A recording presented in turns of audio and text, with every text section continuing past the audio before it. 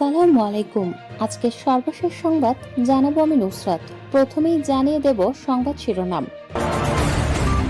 Dubai, দোহা, বাহরাইনে নতুন করে ইরানের মুহুর্মুহু হামলা।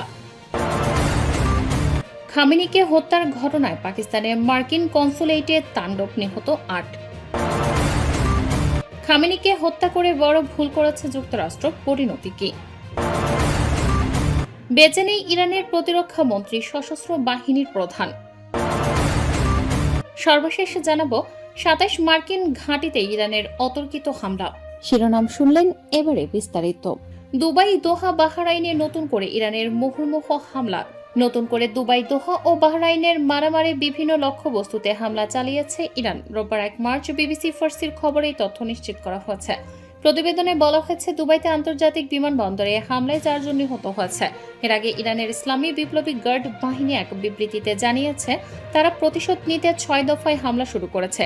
তাদের দাবি, মধ্যপ্রাচ্যে মার্কিন সামরিক ঘাঁটি ইসরায়েলকে লক্ষ্য করে ব্যাপক হামলা চালানো হয়েছে। আইআরজিসি বলছে, মধ্যপ্রাচ্য যুক্তরাষ্ট্রের অন্তত ২৭টি ঘাঁটিতে হামলা চালিয়েছে ইরানি বাহিনী। এছাড়া ইসরায়েলের তেল আবিবে তেল নববিমান ঘাঁটি এবং ইসরায়েলের প্রতিরক্ষা শিল্পাঞ্চলে হামলা হয়েছে। খামেনিকে হত্যার ঘটনায় পাকিস্তানে মার্কিন কনসুলেটে তাণ্ডব, নিহত ৮। যুক্তরাষ্ট্র ইসরায়েলের অতর্কিত হামলায় শনিবার ইরানের সর্বোচ্চ নেতা আয়াতুল্লাহ আলী খামেনি, ইরানের রাষ্ট্রীয় মিডিয়া এই তথ্য নিশ্চিত করেছেন। এ নিয়ে পাকিস্তানের বন্দর নগরী করাচিতে মার্কিন কনসুলেটে তাণ্ডব চালিয়েছে শত শত পাকিস্তানি। দেশটির পুলিশ এই তথ্য নিশ্চিত করেছে, খবর এপির। পাকিস্তানের কর্মকর্তারা বলেছেন, খামেনিকে হত্যার ঘটনায় রোববার শত শত পাকিস্তানি মার্কিন কনসুলেটের বাইরে বিক্ষোভ চালায়। সেই সময় অনেকে মার্কিন কনসুলেটে জোর করে প্রবেশের চেষ্টা চালায়।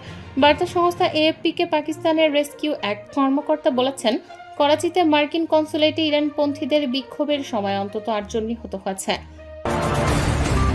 খামেনিকে হত্যা করে বড় ভুল করেছে যুক্তরাষ্ট্র, পরিণতি কি?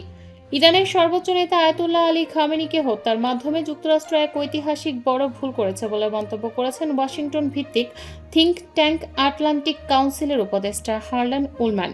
তার মতে, শীর্ষ নেতৃত্ব নির্মূল করার এই কৌশল হিতে বিপরীত হতে পারে, কারণ ইরানের ইসলামী শাসন ব্যবস্থার নেতারা এখন আর কোনোভাবেই নতি স্বীকার করবেন না। হার্লান উলম্যান আল জাজিরাকে দেওয়া সাক্ষাৎকারে জানান, খামেনিকে হত্যার মাধ্যমে তাকে শহীদ হিসেবে প্রতিষ্ঠিত করা হচ্ছে, যা প্রতিরোধ যোদ্ধাদের আরও ঐক্যবদ্ধ করবে।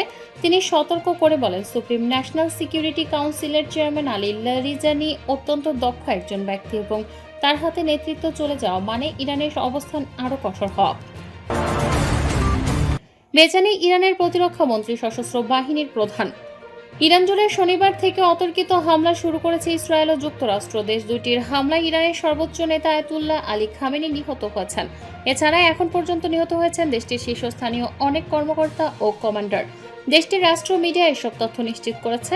ইরানের রাষ্ট্রীয় মিডিয়ার খবরে বলা হয়েছে, প্রতিরক্ষা মন্ত্রী এবং সশস্ত্র বাহিনীর প্রধান উভয় ইসরায়েল ও যুক্তরাষ্ট্রের হামলায় শনিবার নিহত হয়েছেন। তেহরানের আধা সরকারি তাসনিম নিউজ এজেন্সি নিশ্চিত করেছে যে শনিবারের হামলায় সশস্ত্র বাহিনীর প্রধান লেফটেন্যান্ট জেনারেল আব্দুল রহিম মৌসাভি নিহত হয়েছে। ২৭ মার্কিন ঘাঁটিতে ইরানের অতর্কিত হামলা। ইরান জুড়ে শনিবার থেকে অতর্কিত হামলা শুরু করেছে ইসরায়েল ও যুক্তরাষ্ট্র। দেশ দুইটির হামলায় ইরানের সর্বোচ্চ নেতা আয়াতুল্লাহ আলী খামেনি নিহত হয়েছেন। এছাড়া এখন পর্যন্ত ইরানে নিহত হয়েছেন দেশটির শীর্ষস্থানীয় অনেক কর্মকর্তা ও কমান্ডার। এসব হামলার জেরে ইসরায়েল ও যুক্তরাষ্ট্রের বিভিন্ন সামরিক ঘাঁটিতে হামলা শুরু করেছে ইরানি বাহিনী। বিবিসির প্রতিবেদনে বলা হয়েছে, তেহরানের ইসলামী বিপ্লবী গার্ড বাহিনী এক বিবৃতিতে ইরানের ইতিহাসে সবচেয়ে ধ্বংসাত্মক আক্রমণাত্মক অভিযান শুরুর ঘোষণা দিয়েছে। আইআরজিসি জানিয়েছে, তারা প্রতিশোধ নিতে ৬ দফায় হামলা শুরু করেছে।